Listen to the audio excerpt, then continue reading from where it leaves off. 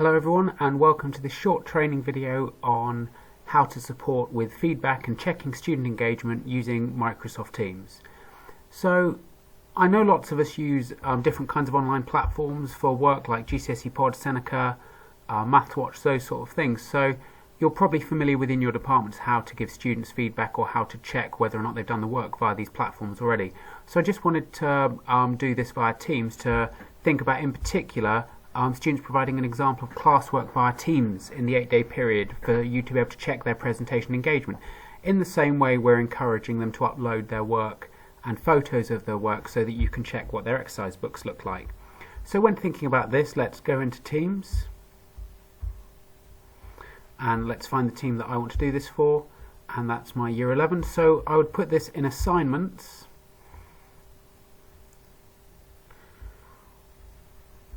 And then I want to go down here to create, and here I want to create an assignment, and just what I'm going to enter it as the title is work sample, say Thursday period 5, and then my instruction is going to be very simple again. Please upload a photograph of the do now and main tasks from today's lesson. And I think it really can be as simple as that. Now if you want, you could add the resources, you could add the PowerPoint or the presentation again there if it's something that specifically you're marking.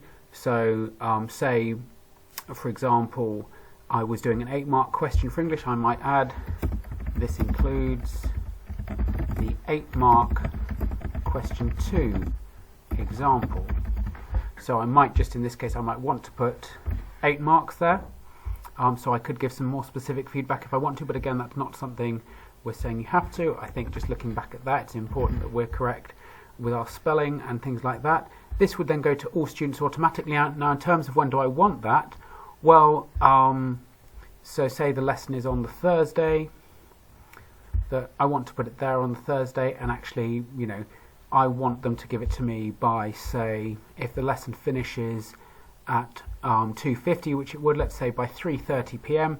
So again, to create a sense of immediacy and for me to be able to get in a sense of what their books look like. Now again, we're recommending that you do this at least once over the course of the week because it's an important way of checking their work and making sure that they're presenting work in the appropriate way and also that they're doing it.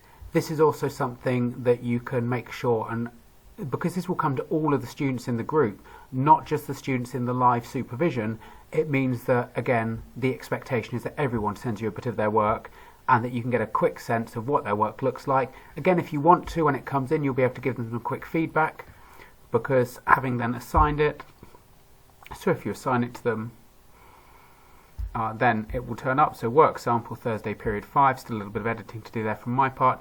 So if we say look at an example, I've done this before with a class. So here's Brighton Rock, here's a question 2 example. Here's a student who turned theirs in late. So if I just click on George, and what you can see here is he's given me the photo of the work, so I can now look through this, I can give it a mark out of 8, I can enter some feedback. So, you know, and just simply I can immediately see, right, the presentation, we've got the title underlined, we've got quotation marks and commas used appropriately. So just that immediate gloss, I can immediately see that this student is doing the right sort of things, and then I can just click on return to give the feedback. I can write the feedback there. It's nice and simple. It can actually be done really, really quickly.